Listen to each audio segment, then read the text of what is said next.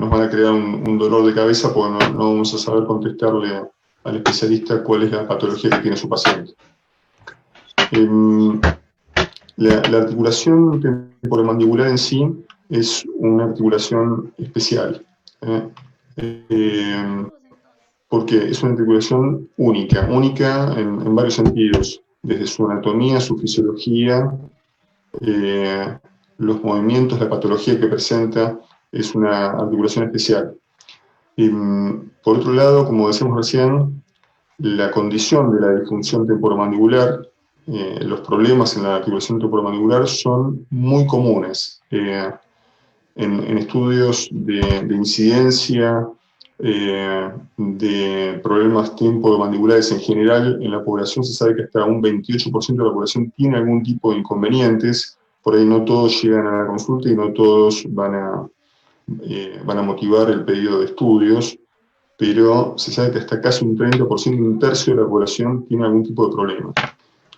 Y por otro lado, otra de las condiciones que vamos a ver es que dentro de todos los estudios, de la gama de estudios que podemos ofrecer para estudiar la articulación temporomandibular y particularmente la patología, la resonancia magnética es la modalidad que más información nos ofrece, ¿no? Ahora vamos a ver por qué. Así que sería un estudio de elección particularmente para la disfunción temporomandibular. Haciendo un breve repaso, no vamos a ahondar demasiado, pero haciendo un breve repaso sobre la anatomía de la articulación temporomandibular, vamos a recordar que está compuesta por un lado por un sector craneal, compuesto a su vez por la fosa temporal,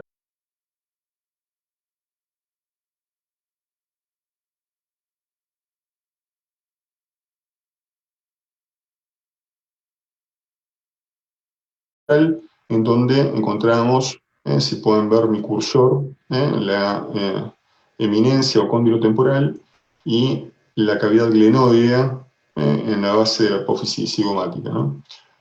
Este sector temporal se correlaciona con, por otro lado, el cóndilo mandibular. El cóndilo mandibular que tiene características anatómicas particulares e incluso una cosa que a veces nosotros no prestamos mucha atención, tiene mucha variabilidad interindividual, o sea, hay muchas formas, algunos describieron hasta 9 formas de cóndilos mandibulares. Se sabe que en la población en general hay 5 formas de cóndilos predominantes, de las cuales hay 2 que son las que más comúnmente se ven, y a su vez tenemos una superficie cooptante, ¿no? Una superficie que se adapta entre las dos, un elemento que es el disco interarticular, que es un elemento muy particular en esta articulación, porque si uno lo correlaciona con otro tipo de articulaciones,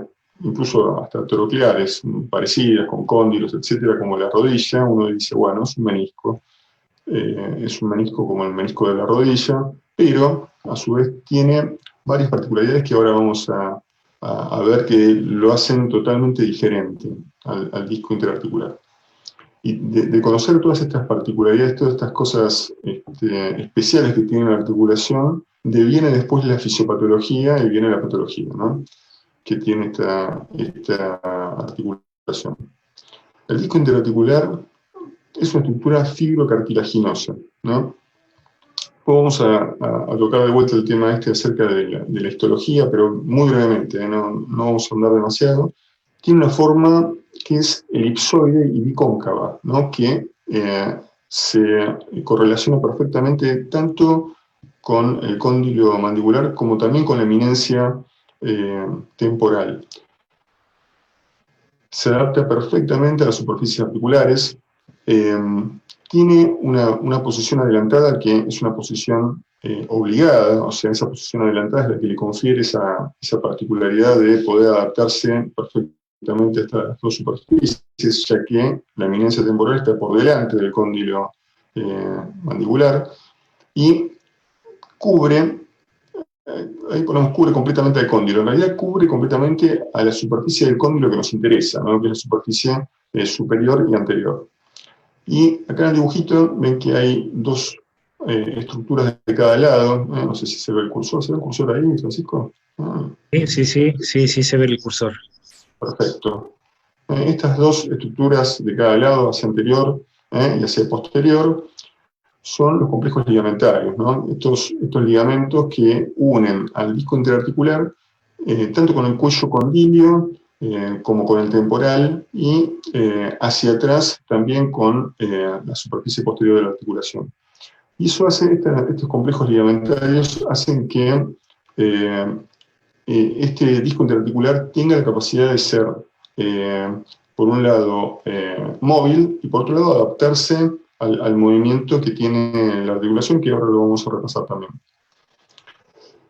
Así que, si uno repasa un poquitito cuál es la función de este disco, es un poco excursionar durante el movimiento, facilitar el movimiento del cóndilo sobre el temporal.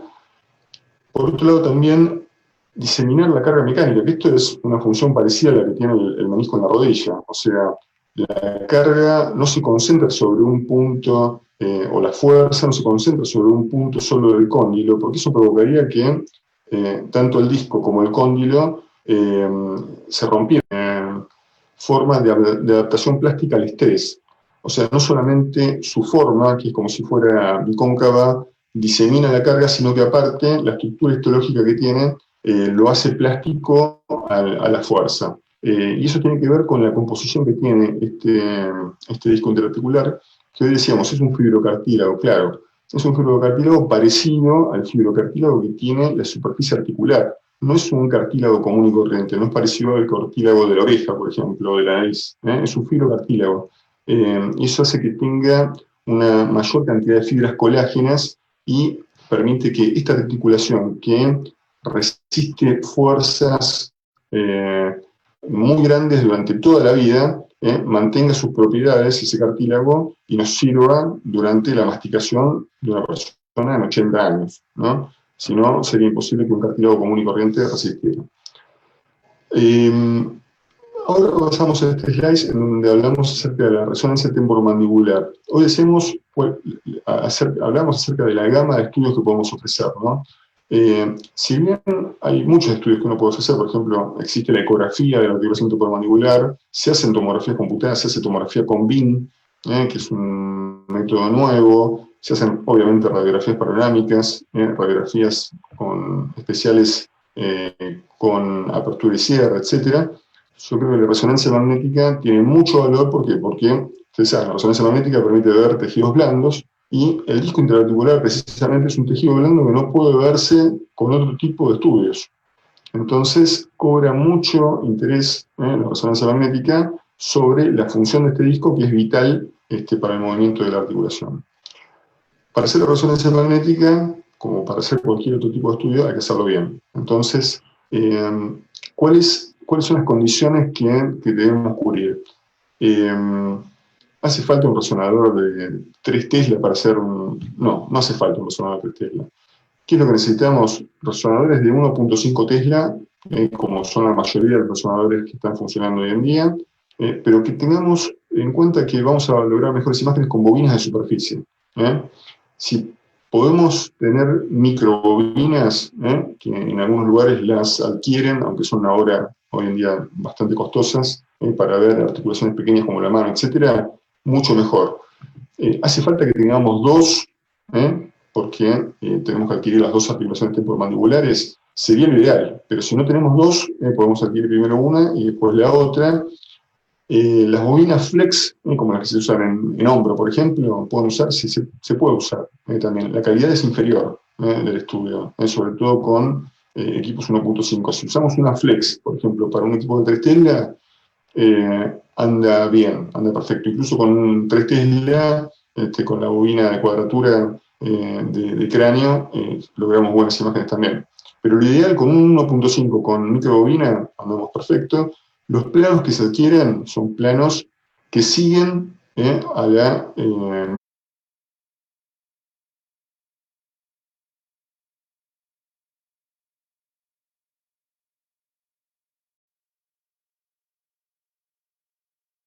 mandíbula, a la rama mandibular. Una manera de planificar es, o lo que se dice habitualmente en los libros, es sacar una perpendicular al eje transverso del cóndilo, y de ahí salen los planos oblicuos, ¿eh? Tanto los sagitales y también los coronales, ¿no? El espesor del corte debe ser fino, menor a 3 milímetros. Se tienen que adquirir secuencias de densidad protónica que son parecidas a las secuencias de la rodilla, secuencias con boca abierta y con boca cerrada, para ver la dinámica, y también se pueden adquirir secuencias de cine, a veces son costosas, entre comillas, en cuanto a tiempo, y con lo demás que adquirimos andamos perfecto. Un apartado, acá tenemos un ejemplo de cada una de las secuencias que estamos nombrando recién, ¿no? Vemos las sagitales en densidad protónica. Esto sería el protocolo básico, ¿no? Los sagitales en secuencias de supresión grasa T2, vemos también el sagital, acá vemos el cóndilo. Ahora vamos a repasar la anatomía también. Imágenes coronales en T2, el sagital de densidad protónica con boca cerrada que vimos recién y con boca abierta también, y también se puede agregar una secuencia de cine, que esto es ya un poco más opcional. Un apartado, ¿qué es lo que pide el odontólogo o el cirujano maxilofacial que se dedique a la articulación temporomandibular? Seguramente en Ecuador pasa algo parecido que en Argentina, en donde el odontólogo manda un papelito ya preimpreso muchas veces con un protocolo que no existe. Dicen, bueno, nosotros queremos estudios con 5 imágenes sagitales, 5 imágenes coronales, con boca abierta y con boca cerrada, y no colocar ningún elemento para la distracción de los dientes o para forzar la apertura de la boca. Bueno,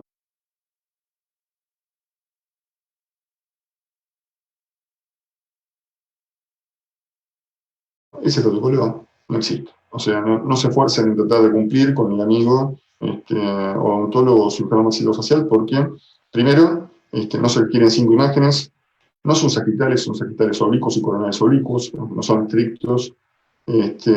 La apertura de la boca se tiene que hacer con algo. ¿Con qué se hace habitualmente? Nosotros tenemos a veces cortados algunos pedacitos como si fueran de targopol o de polipropileno, etc.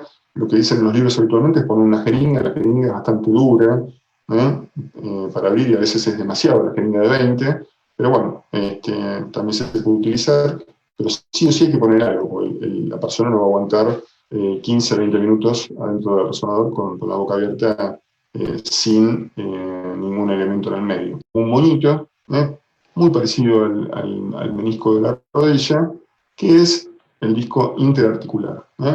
Ese disco interarticular que se ve hipointenso en las secuencias de cinta protónica, en casi todas las secuencias, porque tiene una composición bastante fibrosa. Esa es la anatomía normal, con boca cerrada. Y este disco interarticular, que ahí lo estamos viendo con un mayor aumento, tiene esa formita particular, con una banda anterior, una zona intermedia, que sería como el monito el nudo del moño, y una zona posterior, una banda posterior, y una zona bilaminar, que es el complejo ligamentario que está por detrás. Esa banda posterior, el límite para decir, bueno, la ubicación de este disco interarticular está correcta, el límite de la banda posterior hacia atrás tiene que estar a 0 grados. Si yo saco una línea vertical desde el centro del cóndilo hacia arriba, que estaría a 0 grados, ese sería el límite posterior del disco interarticular. No debería pasar más atrás, y no debería estar mucho más adelante. Hay un juego, o sea, hay un valor, un desvío hacia adelante y hacia atrás que se puede considerar normal, sí.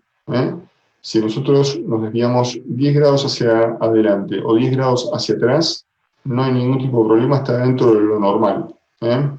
Esto se considera normal. No es exacto que tiene que estar en la vertical de 0 grados.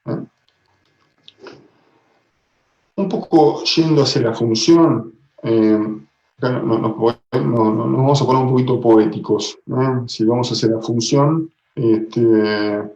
hablamos de los cóndilos, y de los cóndilos podemos decir que esto parece un poco como un matrimonio, ¿no?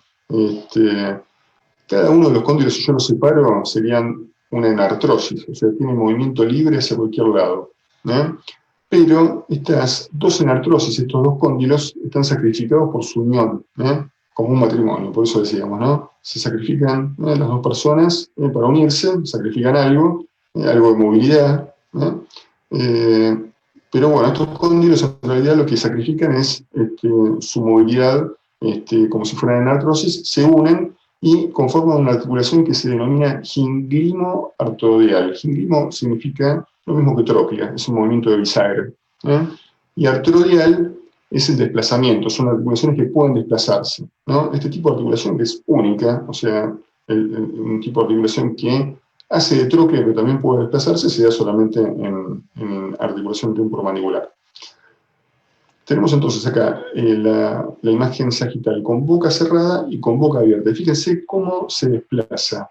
No solamente el cóndilo, que sale de la cavidad glenoidea, se va hacia adelante, pasando por adelante, por debajo y por delante después de la eminencia temporal, sino que también se desplaza el disco interarticular, este disco que vimos que está en una posición correcta, se desplaza para acompañar al cóndilo y evitar que toquen las superficies del cóndilo temporal con el cóndilo mandibular. Así que se hace primero ese movimiento de bisagra, que se denomina movimiento de Bonwell, después se produce el descenso del cóndilo, baja el cóndilo y luego se produce el movimiento anterior, o movimiento de boca. Así que tenemos este movimiento que hoy hablamos, ¿no? Recién decíamos un movimiento en el eje horizontal, es el movimiento troclear, luego el descenso o traslación condilar, de 40 milímetros aproximadamente, y el descenso, ¿no? Tenemos otro tipo de movimientos y también tenemos movimientos laterales y mediales, que se denominan en la masticación movimientos de deducción. Esto es parecido, me hace acordar un poco a cuando uno ve una vaca en el campo que está comiendo pasto, ese movimiento lateral que hace permanentemente la vaca cuando está masticando o rumiando. Bueno, esto es exactamente lo mismo. Tenemos movimientos de lateralidad. Las dos veces me salió así de... ¿Hola? Bien, disculpas, por No, favor, por favor. los micrófonos, por favor, apáguenlos. Pensé que era una pregunta, incluso si quieren hacer algún tipo de pregunta, no hay ningún tipo de problema. Bien, entonces, estos movimientos laterales y mediales, inclusive también de rotación del cóndilo, con movimientos pasivos contralaterales, son comunes durante la masticación, son comunes y necesarios, y también van a provocar cierta patología. Un poco para terminar la parte de funcionalidad que nosotros vemos en los estudios, sobre todo normales, ¿no? Repasamos un poquito los músculos, encontramos en las imágenes el músculo pterigoideo lateral, el fascículo inferior, que es esto que estamos viendo acá. Es bastante común confundir al tendón del pterigoideo lateral cuando se inserta en el cóndilo. Esto que están viendo negro acá. Esto no lo confundan con lo de arriba, que es el menisco, el disco interarticular. Este es el tendón del pterigoideo lateral. Tiene un fascículo inferior y un fascículo superior. El fascículo superior es muy interesante. ¿Por qué? Porque el fascículo superior se inserta en el disco interarticular. O sea, ese disco interarticular, eso es diferente a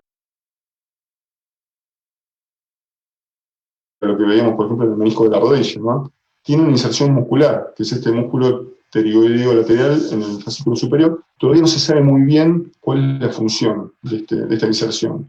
Es algo que se está investigando, pero se supone que ayuda a que el disco interarticular vuelva a la cavidad glenoidea una vez que se abrió la boca, ¿no? Una vez que uno cierra la boca, el disco interarticular, por un lado, tiene un movimiento pasivo hacia atrás, pero por otro lado parece que el pterigoideo lateral, el fascículo superior, lo ayuda. Vamos a ver también músculos que habitualmente no aparecen en el estudio, como el temporal y el macetero, que tiene un fascículo profundo y un fascículo superficial. Bueno, cada uno de estos músculos tienen funciones particulares durante la masticación, ¿no? Bueno, vamos a hablar un poco de lo patológico, de lo que nosotros tenemos que informar cuando vemos un estudio. Vamos a concentrarnos en las lesiones o las alteraciones del disco interarticular, en principio. Son lesiones que pueden afectar intrínsecamente al disco interarticular o pueden tener que ver con el desplazamiento, con el movimiento del disco. Cuando hablamos de lesiones intrínsecas del disco interarticular, hablamos de cambios en la señal con morfología conservada o cambios en la morfología del disco. Podemos tener alteraciones en la señal o cambios en la forma, en la morfología. Vamos a empezar a rever un poco estas imágenes. Vemos la misma anatomía que recordábamos recién. Cóndilo mandibular, visto en sentido sagital, vemos la eminencia temporal. Vamos a ver entonces el disco interarticular, vemos la banda anterior, muy bien, la zona intermedia lo vemos bastante bien. Ahora, cuando vamos a ver la banda posterior, no lo estamos viendo muy bien. Vamos a ver que tiene una señal que no es negra como debería ser habitualmente. Las secuencias de supresión grasa, que es esta que estamos viendo acá, a veces nos ayudan un poco a distinguir eso, porque son más sensibles para detectar el líquido, y si tenemos alteraciones en la señal de la banda posterior, que es lo más habitual de ver, se refleja muy bien ahí. Si tenemos dudas con la densidad protónica. Así que esa intensidad de señal homogénea, negra, hipointensa que tenemos que ver en resonancia, se pierde. Muchas veces hacen como si fueran degeneraciones hialinas. En realidad no es cartílago hialino, así que no es una degeneración hialina en sí. Vamos a ver también cambios morfológicos. Fíjense, acá estamos viendo un estudio con boca cerrada y con boca abierta. Una imagen sagital, conducto auditivo externo, cóndilo mandibular, fosa glenoidea, y cuando vamos a ver el disco interarticular, fíjense que perdió su forma normal. Dijimos que era un monio, recién tenía una forma de monito. Bueno, acá está aplastado, alterada la morfología, también alterada la señal, y cuando vamos a ver el estudio con boca cerrada, con boca abierta, perdón, al abrir la boca se comprime más el disco interarticular y pierde más todavía esa morfología. Así que estamos viendo entonces el aumento en el espesor en la banda posterior y pérdida en la hiposeñal normal, en la imagen hipointensa normal que corresponde al disco interarticular.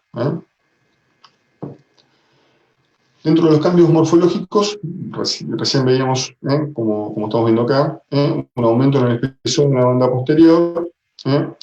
Podemos ver también un aplanamiento en la banda anterior, que la banda anterior sería más plana, en la zona intermedia, y a veces directamente vemos como una forma redondeada. Vemos que el disco interarticular tiene una forma como redonda, ya perdió completamente su forma normal. Otra de las cosas que podemos encontrarnos es que el disco esté perforado. ¿Y cómo nos damos cuenta de eso? Fíjense, acá tenemos una imagen. Tenemos el cóndilo mandibular, y vemos que entre la banda anterior, que es esto que estamos viendo acá, ese triángulo negro, y la banda posterior hay un espacio donde no hay nada, no encontramos la zona intermedia. Y eso es porque el disco se perforó directamente. Incluso si uno se fija, este disco interarticular sería demasiado grande, demasiado largo. En realidad le falta, está separado una banda de la otra.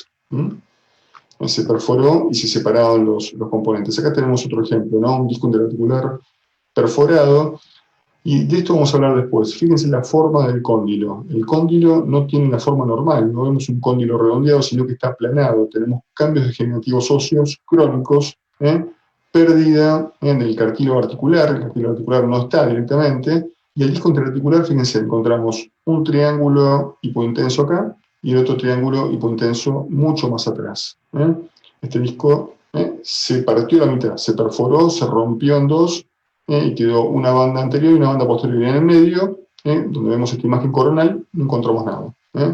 Con la apertura bucal, a veces se manifiesta más todavía. Fíjense, este estudio está movido, estas rayas son de movimiento. ¿Por qué? Porque tienen muchísimo dolor los pacientes. Y muchas veces hay que jugar con eso, ver si lo repetimos, no lo repetimos, porque el paciente no aguanta mucho con la boca abierta porque le duele mucho.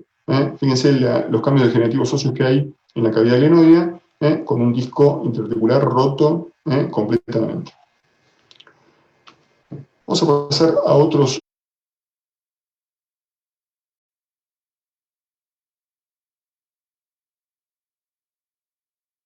cambios que pueden encontrarse en el disco articular. Otra alteración, que es la alteración en el desplazamiento. Ya hablamos de las lesiones intrínsecas del disco, ahora vamos a ver cómo ese disco se desplaza en forma incorrecta, ¿no? Y empezamos con, primero, la posición normal. Dijimos hoy, para recordar, yo les voy a recalcar muchas veces las cosas, que a veces entran por repetición, el disco interarticular, su banda posterior tiene que estar en la vertical, a 0 grados. Puede estar 10 grados hacia adelante, 10 grados hacia atrás. ¿Y cuándo es patológico? ¿Cuándo se considera patológico? Cuando está 30 grados desplazado hacia adelante, generalmente hacia adelante. Vamos a ver que también puede pasar hacia atrás, pero generalmente es hacia adelante, en una amplia mayoría.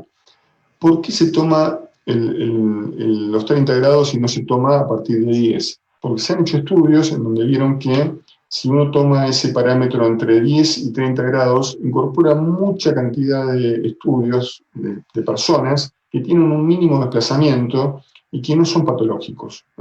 De hecho, se sabe que hasta un 34% de las personas son asintomáticas y tienen un desplazamiento anterior, y hay personas que son sintomáticos y tienen un estudio normal entre un 16 y un 23%. O sea que, ¿qué es lo que quiere decir esto? Que el estudio por imágenes, en este caso la resonancia, apoya el diagnóstico clínico, el diagnóstico que está buscando el odontólogo o el cirujano maxilofacial especialista en la articulación, pero no es condición sine qua non tener un estudio patológico para ser tratado. Tiene que sumar la clínica con el estudio, etc., ¿no? Hay que tomar entonces como patológico a partir de los 30 grados. Vamos a ver que el desplazamiento, recién yo les nombraba, el desplazamiento patológico generalmente es hacia anterior, hacia adelante. El disco interarticular normalmente tiene una posición adelantada, generalmente está con su banda posterior a 0 grados, y lo encontramos hacia arriba y por delante del cóndilo. ¿Qué es lo que está pasando acá? Fíjense, tenemos el cóndilo mandibular, la cavidad glenoidea, acá debería estar la banda posterior, y fíjense, recién lo encontramos por acá. Está más de 30 grados por delante, está horizontalizado, está bien luxado hacia adelante el disco interarticular. Vemos algún cambio en la señal en su banda posterior también, tiene lesión intrínseca también, y cuando le hacemos abrir la boca al paciente, en la secuencia con boca abierta, vemos que el cóndilo se adelanta, desciende por debajo de la eminencia temporal, y el disco recupera su posición, se interpone entre la eminencia temporal y el cóndilo. Presenta una reducción, vuelve a la posición que normalmente tendría que tener. Entonces, a esta alteración en el movimiento se denomina luxación anterior con reducción. El disco interarticular está luxado hacia adelante, pero cuando le hacemos abrir la boca, recupera la posición que debería tener. Acá vemos el ángulo que tomamos para decir que está luxado. Vemos la alteración en la señal y vemos cómo reduce hacia atrás cuando le hacemos abrir la boca al paciente. Bueno, vamos a ver otro tipo de alteración en el movimiento, la luxación anterior sin reducción.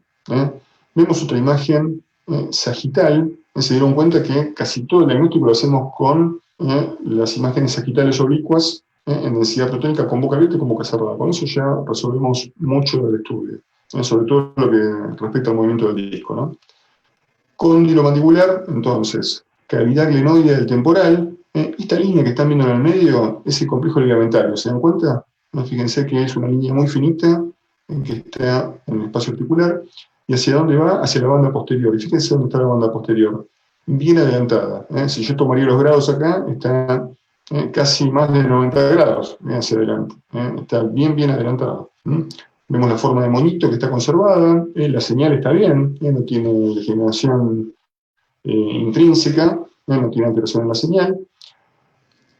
Y si le hacemos un estudio dinámico, fíjense, con boca cerrada está por adelante, y cuando le hacemos abrir la boca, fíjense que está ya rotado el cóndilo, ya está descendiendo y está avanzando.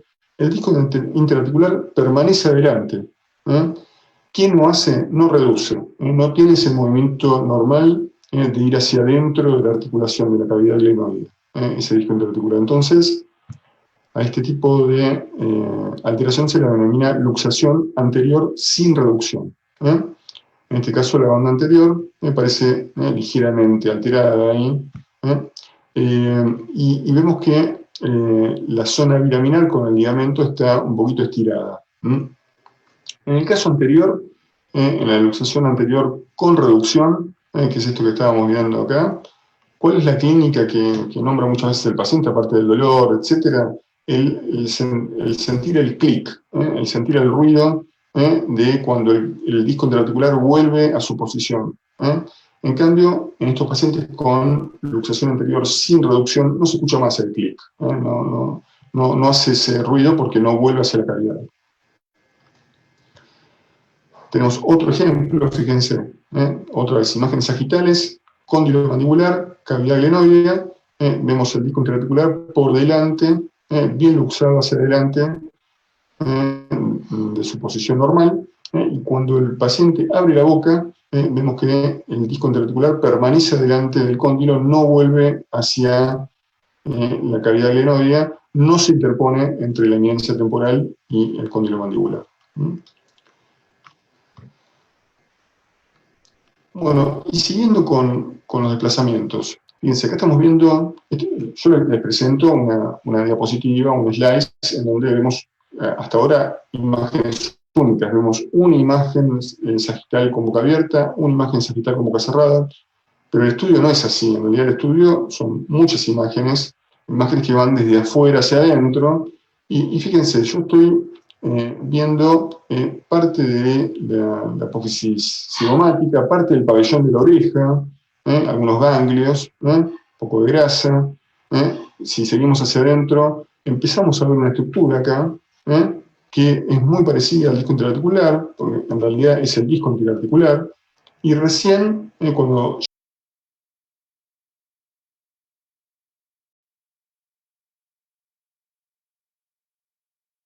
llegamos a los cortes más mediales, empezamos a ver el cóndilo mandibular.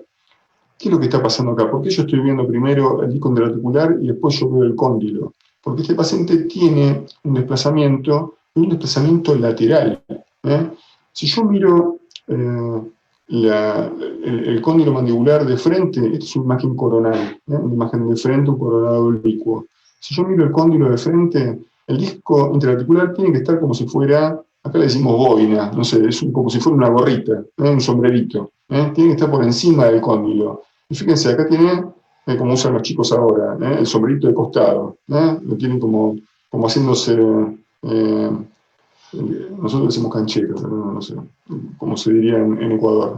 Está a la moda, está a la moda con el sombrerito de costado. En realidad el disco interarticular no debería estar acá, el disco interarticular debería estar acá arriba, y por eso yo en el sagital lo veo muy lateral.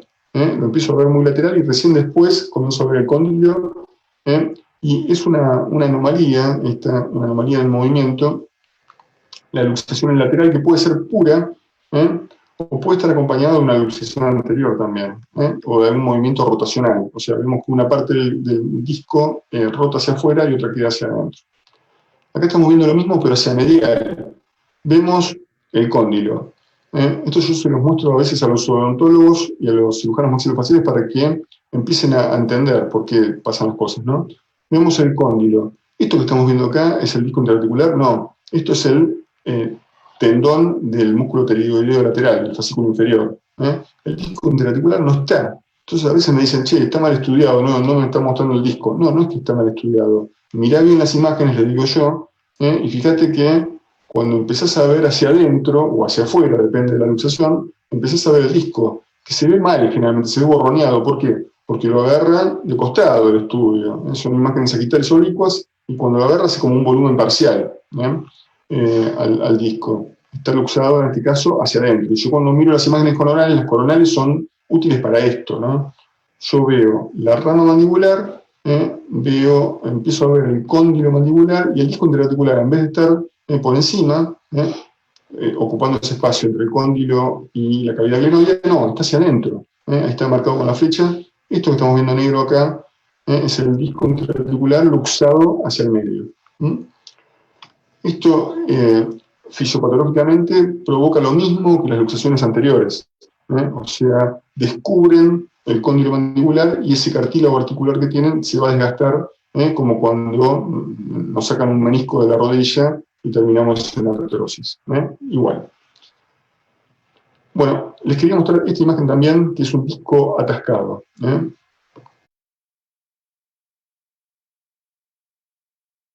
disco atascado, en realidad, ¿a qué se considera? Es un disco que no tiene movilidad directamente. Yo le hago un estudio con boca cerrada y un estudio con boca abierta y el disco interarticular permanece en el mismo lugar. Fíjense que ni siquiera puede abrir adecuadamente la boca el paciente. Eso es porque está conectado, el disco interarticular está adherido a la fosa temporal y no permite su adecuado movimiento. Es una condición muy dolorosa, los pacientes vienen con mucho dolor. Voy a mostrar algunas cositas porque ya estamos terminando, yo no me quiero extender demasiado. ¿Venimos bien con el tiempo, Francisco? Sí, estamos bien con el tiempo, no te preocupes. Bueno, les muestro algunas cosas que son hallazgos adicionales que uno tiene que tener en cuenta. Uno de los hallazgos que uno tiene que tener en cuenta es el derrame articular. Como se dieron cuenta hasta ahora, ninguna de estas patologías que mostré fueron acompañadas de derrame articular. Cuando nosotros vemos derrame articular, generalmente el derrame articular nos está diciendo que ese paciente ha comenzado a tener cambios degenerativos a nivel de la articulación, que el cartílago articular no está bien, que podemos tener alteraciones óseas en el cóndilo. Fíjense, estamos viendo, acá estamos viendo de vuelta la eminencia temporal, el cóndilo mandibular, el disco interarticular, y tenemos una bolsa hacia adelante y hacia atrás. Acá tenemos la zona bilaminar, con líquido intraarticular, esto que se manifiesta mucho mejor en la secuencia de supresión grasa, y tenemos ya incipientes cambios degenerativos óseos a nivel del cóndilo. Esto que estamos viendo acá es un osteofito marginal, el cartílago está erosionado, si no la densidad protónica se ve un poco mejor, la interfase entre el hueso y la cavidad articular, ¿no? La lesión de la zona bilaminar también, no hablamos demasiado de eso, pero la zona bilaminar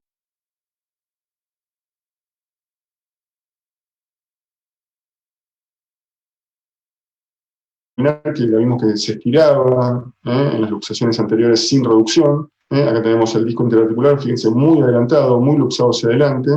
Cuando vamos a ver en la zona bilaminar el ligamento, fíjense que está interrumpido. Vemos el ligamento, tanto el que se une con el cóndilo, como el que se une en el fondo con la cavidad glenoidea, bueno, está interrumpido el superior, ¿no? Puede ser acompañado de hiperseñal entre dos, se ve blanco entre dos, hiperintenso, debido a la inflamación, porque esta zona bilaminar es muy rica en plexos venosos, en realidad tiene un plexo venoso en su interior, entonces al inflamarse se ve más hiperintenso entre dos, ¿no? Cuando solo vemos que está heterogéneo e hipointenso es porque ya los cambios son crónicos y ya está sufriendo cambios fibróticos. Otra imagen con una lesión en la zona bilaminar. Fíjense que acá vemos con boca cerrada el cóndilo, el disco interarticular que está por delante, y cuando abre la boca se ve perfectamente cómo el ligamento se interrumpe, ahí señalado con la flecha roja, ¿no? Fíjense otra cosa también, este espacio que está entre el ligamento y la superficie articular es demasiado grande. Eso es debido a que hay cambios inflamatorios. Hay cambios inflamatorios debido a la rotura de ese ligamento, ¿no? ¿Y por qué se produce esta rotura? Lo que se supone es que este disco interarticular se excursiona tanto hacia adelante y no puede volver que termina rompiéndose su sujeción posterior, ¿no? Bueno, otra de las cosas que podemos encontrar, bueno, no nos vamos a meter en este tema porque es muy, muy largo, pero acá les muestro un ejemplo de hipoplasia condília. Fíjense, un cóndilo grande y otro muy, muy chiquitito. Esto se ve, no es tan frecuente, pero se ve. También la hiperplasia condília, a veces es difícil saber cuál es el hiperplásico y cuál es el hipoplásico, ¿no? Y muchas veces se toman mediciones, a ver si entra dentro de los parámetros normales o no. Ojo, a tener cuidado con los tumores, como el osteocondroma, con las hiperplasias, porque a veces dicen, bueno, es una hiperplasia condilia, bueno, ¿es una hiperplasia o es un osteocondroma que está sobre el cóndilo? Bueno, también puede suceder. Y lo otro es también tener en cuenta los síndromes, ¿eh? No nos vamos a meter con todos los síndromes que hay, pero bueno, el Pierre-Robin, la microsomía mifacial, todos esos síndromes provocan disminución de volumen del cóndilo, que puede ser uni o bilateral, ¿no? Obviamente que estas alteraciones provocan alteraciones también en la función. Fíjense, por ejemplo, este cóndilo hipoplásico como tenía, yo creo que no debe ser casualidad, ¿no? Porque tiene cambios degenerativos y también tiene una luxación anterior, ¿no? Del disco interarticular. La lesión mitocondrial, eso también es importante, de informar, decirle al médico que envía al paciente que tiene ese cóndilo una lesión ósea, una lesión osteocondrial, que es la que causa, además de la disfunción, causa el dolor del paciente, porque también tiene un valor pronóstico eso, ¿no? Ese paciente obviamente no va a andar tan bien como el que solamente tiene una disfunción. Los cambios degenerativos van a empezar desde primero erosiones del cartílago articular con presencia de lesiones osteocondrales como esta en sacabocado, con presencia de erosiones, entonces luego presencia de osteofitos y cambios en la señal con esclerosis del hueso y en última instancia aplanamiento e irregularidad de la superficie articular, ¿no? Acá vemos otra imagen, fíjense cómo parece que le falta un pedacito, un sacabocados, ¿no? Del cóndilo mandibular, que también se ve en el coronal. Acá estamos viendo en el sagital, con un disco luxado, con derrame articular, fíjense lo que les decía hoy, la presencia del derrame, y la presencia también del defecto osteocartilaginoso. Otra imagen de cambios degenerativos, fíjense que irregulares tallas, con un hueso mucho más esclerótico, con presencia de lesiones citocondrales y un cartílago muy, muy irregular y obviamente también derrame articular.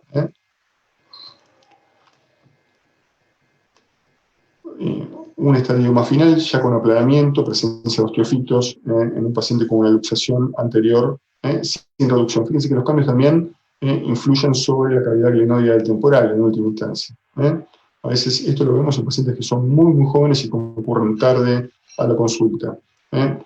Lo que pasa muchas veces es lo mismo que pasa con otras articulaciones del cuerpo. Una vez que se genera derrame articular, eso alivia los dolores y hace que el paciente piense como que mejoró y en realidad está empeorando, ¿no? Y otro de los hallazgos que podemos llegar a encontrar, esto no es tan frecuente, pero bueno, es algo que se puede ver, es la osteocondromatosis sinovial. Así como hay osteocondromatosis sinovial en el hombro, en la rodilla, en la cadera, bueno, también puede haber en la articulación temporomandibular. Vemos en esta imagen coronal y en los sagitales el cóndilo mandibular y un montón de imágenes que parece tipo un jaguar. Y en realidad son elementos condrales con calcificaciones, que son propias de la osteocondromatosis sinovial, con mucho derrame articular. Entonces, muy bien.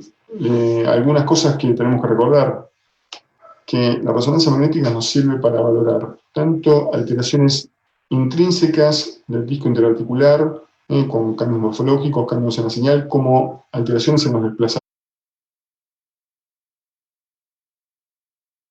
de ese disco, y también tenemos que tener en cuenta los hallazgos asociados como la presencia de derrame, los cambios degenerativos en el cóndilo mandibular, las lesiones ligamentarias en la zona bilaminar, como para poder darle un panorama al especialista de cuál es la problemática que tienen en esa articulación temporomandibular estos pacientes que sufren de dolores, de sensación de que se traba la mandíbula, que tienen clic, o con dolor al morder.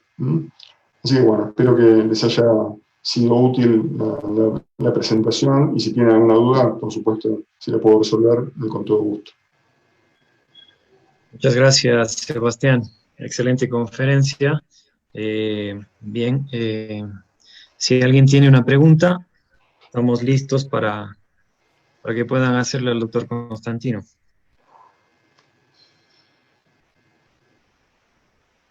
Bien, Ender Sarmiento. Buenas tardes, felicitaciones por la presentación. Tengo dos preguntas. En su experiencia, ¿qué recomendaciones nos puede dar para optimizar la imagen de resonancia magnética en este estudio y evitar los problemas de artefactos como el pulso de las arterias carótidas? Y dos, ¿es beneficioso realizar secuencias ponderadas en T1 para visualizar lesiones intrínsecas del disco interarticular? En mi experiencia, o sea, un poco siendo la primera pregunta, yo creo que hacer secuencias con un field of view lo más chico posible mejora mucho no solamente la calidad de la imagen, sino que también no anula el artefacto, pero por lo menos lo disminuye, ¿no?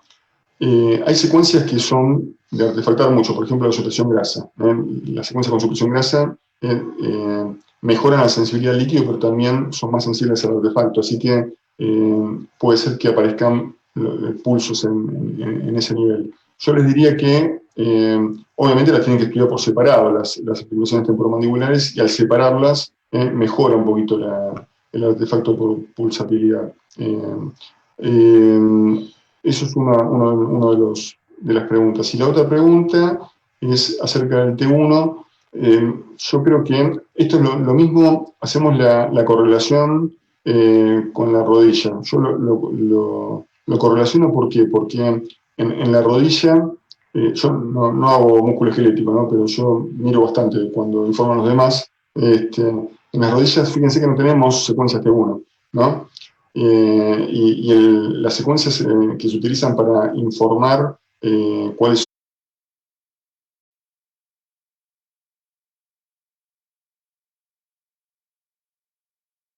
son el estado intrínseco de los meniscos es la densidad protónica.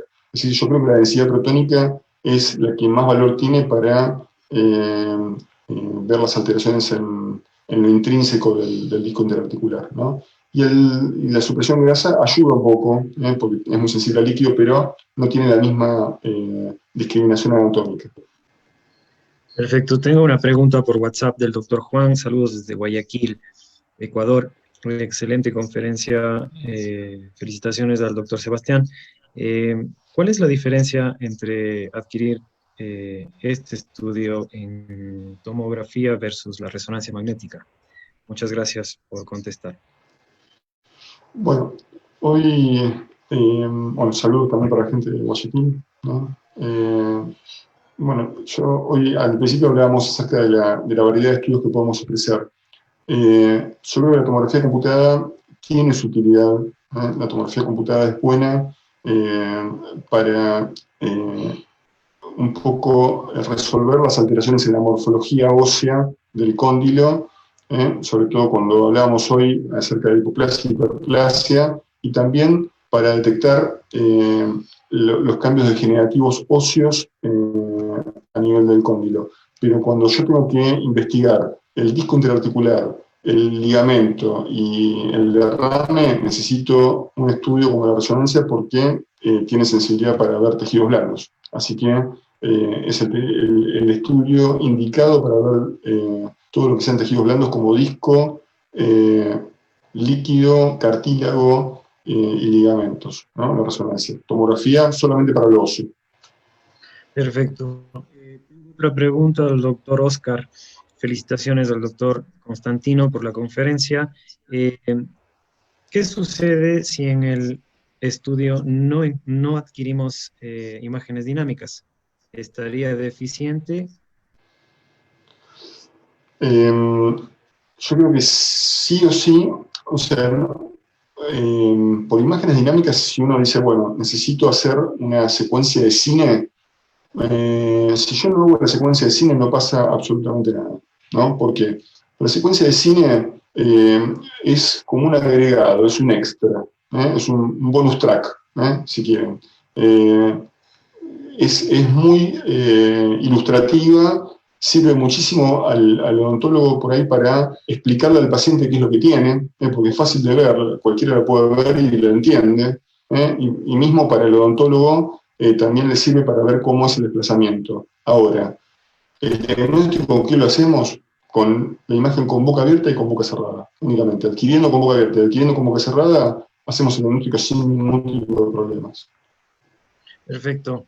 La doctora Angélica, ¿cuándo se utilizaría, en este caso me imagino, contraste intravenoso gadolinio? No, de rutina no haría falta. De rutina no hace falta para un paciente con disfunción temporomandibular.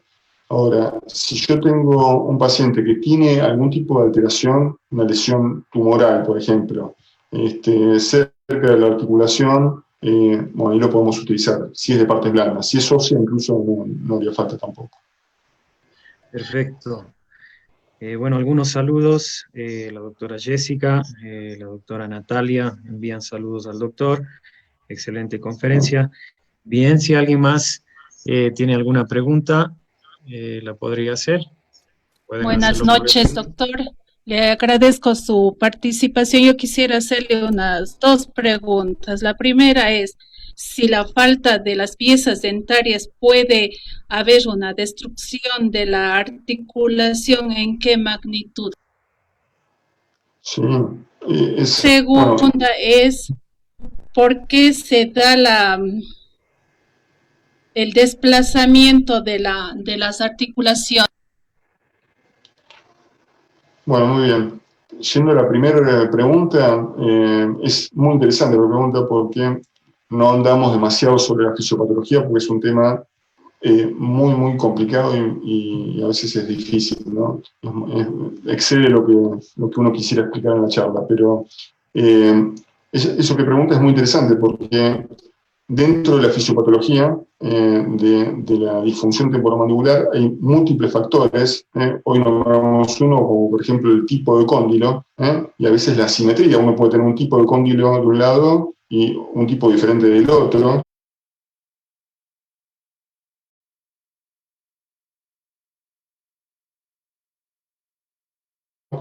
Pero obviamente todo lo que pase con las piezas dentarias van a afectar la movilidad de la articulación temporomandibular y particularmente los molares posteriores.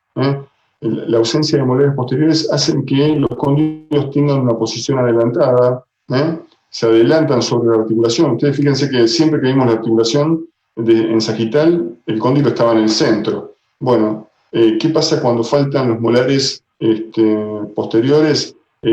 Empieza a inclinarse la mandíbula, adelantar los cóndilos y aparentemente eso comenzaría a veces un poco a favorecer la disfunción de la articulación, ¿no? Hacen que se desplace también el disco interarticular y después tenga, en última instancia, dificultades para volver, ¿no? Así que también explicamos la segunda pregunta.